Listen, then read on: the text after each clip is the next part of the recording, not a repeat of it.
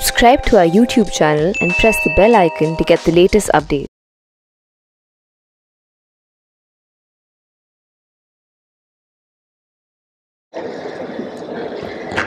Very good afternoon to everyone. मला माहिती आहे भूक लागली आहे सर्वांना, तर आपण एक थोडासा जोश निर्माण करूया. ते विकी कौशलचा मूवी सर्वांनी पाहिलाच असेल ना, हाऊस द जोश. तर सर्वांनी एकदा हाय मनामध्ये बघा, थोडीशी एक एनर्जी निर्माण होईल बोलण्यासाठी. सो से हाऊस द जोश. खूपच लो एनर्जी आहे इथे. आपल्याकडे एक्स सर्व्हिसमॅन सर आहेत, मी स्वतः एक एक्स NCC कॅडेट राहिली आहे. तर तो जे कमांडिंग ऑफिसर समोर असतो आणि तो जेव्हा कमांड करतो त्यावेळेस समोरच्या लोकांकडून कंटिजनमध्ये जे उभे असतात त्यांच्याकडून जोपर्यंत जो आवाज कानात नाही, तर डोक्यात जात नाही, तोपर्यंत ते विचारत राहतात की हाऊस द जोश. तर तसा आवाज मला हवा आहे, हाऊस द जोश. खूपच स्लो आहे. Again once again, how's the josh. Okay ठीक आहे, समजू शकते भूक लागली आहे. संतोष खाडे सरांनी इथे त्यांचा प्रवास सांगितलेला आहे आणि मार्गदर्शन खूप सुंदररित्या केलं आहे.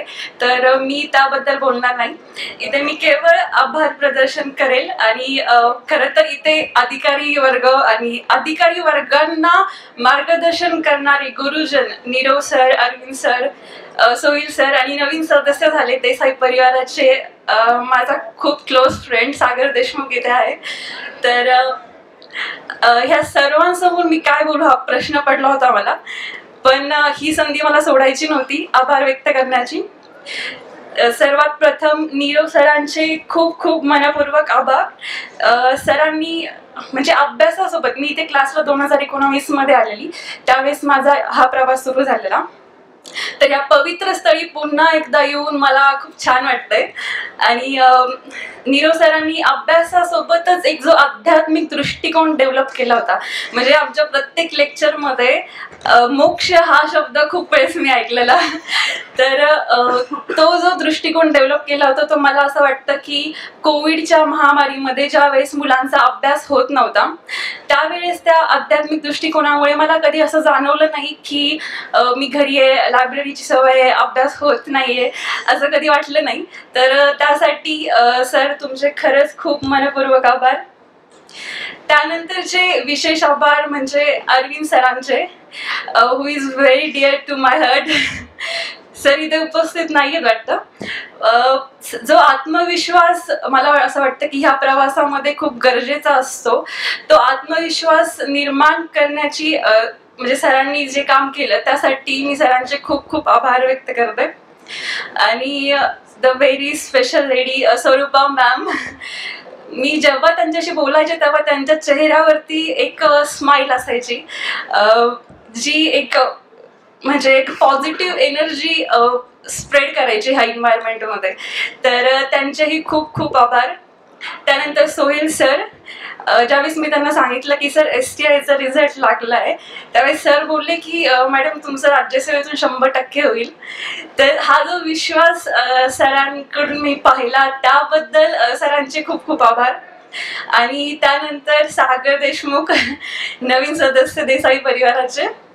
एक जसं उद्देश सरांनी मगाशी ते वाक्य बोललं की आभाळाला गवसणी घातलेली असताना जमिनीवर चालणारा व्यक्ती, याचं उत्तम उदाहरण म्हणजे सागर देशमुख. जेव्हा कोणत्याही म्हणजे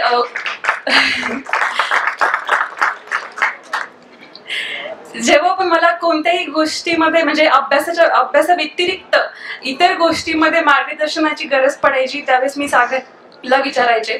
त्यावेळेस सागर वेळ काढून आणि जोपर्यंत समजणार नाही तोपर्यंत एक्सप्लेन करणार. आणि एवढं सगळं एक्सप्लेन केल्यानंतरही त्याचं हे वाक्य कायम असायचं की अजूनही समजलं नाही तर सांग, पुन्हा सांगतो.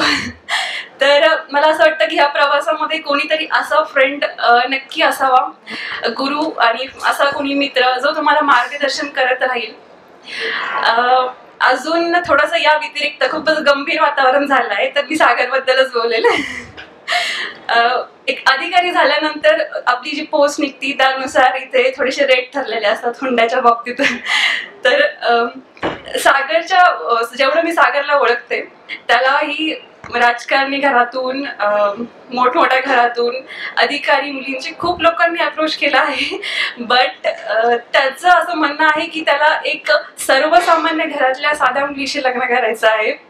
तर असा जो अप्रोच आहे जमिनीवर चालण्याचा, तो भविष्यामध्ये इथे जे अधिकारी वर्ग आहेत, भावी अधिकारी माझ्या समोर आहेत, त्यांनी हा त्यांच्यामध्ये कायम ठेवावा. जिथून आपण आलो आहोत त्याची जाणीव अधिकारी झाल्यानंतरही ठेवावी.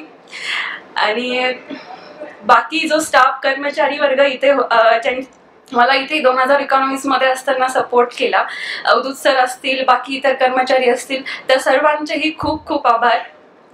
आणि भावी वर्गाला खूप खूप शुभेच्छा. I wish you all the best. Thank you. Thank you so much.